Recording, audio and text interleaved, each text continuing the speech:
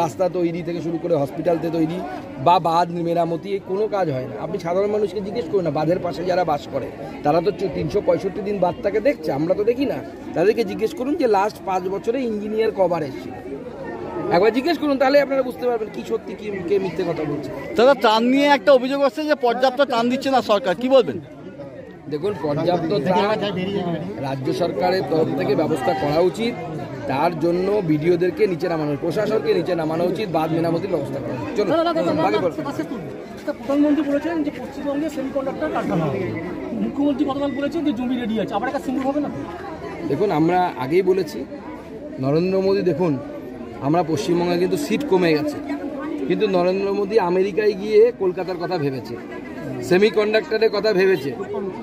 তো কিন্তু আমার মাননীয় মুখ্যমন্ত্রী এবং তৃণমূল কংগ্রেসের উপর পূর্ণ ভরসা আছে যে ওই ফ্যাক্টরি এখানে প্রতিষ্ঠা হওয়ার পর তৃণমূলের তোলাবাজির ঠেলায় 6 মাসের মধ্যেই কোম্পানি এখান থেকে ছেড়ে চলে যাবে, গিয়ে ব্যাঙ্গালোরে চলে যাবে অথবা উত্তরপ্রদেশে চলে যাবে। তোলাবাজি বন্ধ না করলে কোনো শিল্প হবে না। একজন শিল্পপতি 1000 কোটি টাকা 2000 কোটি টাকা ইনভেস্ট করবে, সে তোলাবাজদের সাথে কথা বলার জন্য করবে? কেন করবে? তার কোন ঠেকা পড়েছে? তাকে তো গোটা বিশ্ব ডাকছে যে এসো এখানে শিল্পপতি, উত্তরপ্রদেশ ডাকছে, হায়দ্রাবাদ ডাকছে, অন্ধ্রপ্রদেশ ডাকছে, আমাদের তেলেঙ্গানা ডাকছে, সব সেখানে চলে যাবে। দাদা, শেষ কোশ্চেন, অনুব্রত মণ্ডল জামিনের পর বীরভূম জুড়ে তার ছবি সয়লাভ হয়ে গেছে, তাহলে কি তিনি আগের চেয়ে আরও শক্তিশালী হয়ে উঠবেন? দেখুন, কী শক্তিশালী হবেন না হবেন তাদের ব্যাপার, তবে উনি তো বলেছেন উনি পাপ করেছেন। আমার মেয়ে জেলে ছিল, কান্দেন, পাপ তো করেছেন। মাথার উপরে মা তারার ছবি লাগিয়ে রাখবেন আর রাত্রিবেলা গরু পাচার করবেন, এটা তো হতে পারে না, এটা মহাপাপ। 24 ঘন্টার মধ্যে 2টো মিল বন্ধ, যেখানে 8000 কর্মী পুজোর আগে তাদের প্রতি বছরই তো হয়। একের পর এক চটকল বন্ধ হয়ে যাচ্ছে, একের পর এক পাটকল বন্ধ হয়ে যাচ্ছে।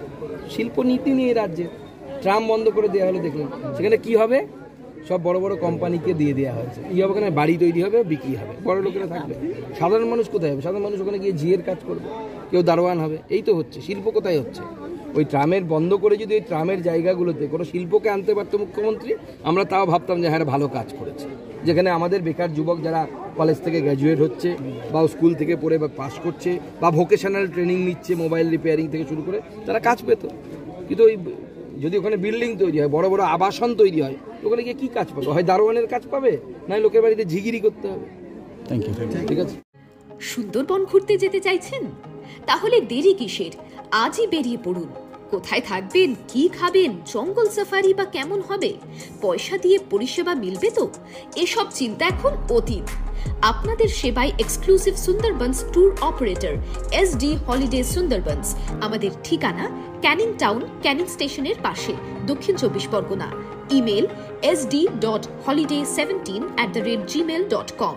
কল অথবা হোয়াটসঅ্যাপ করুন 9564226760।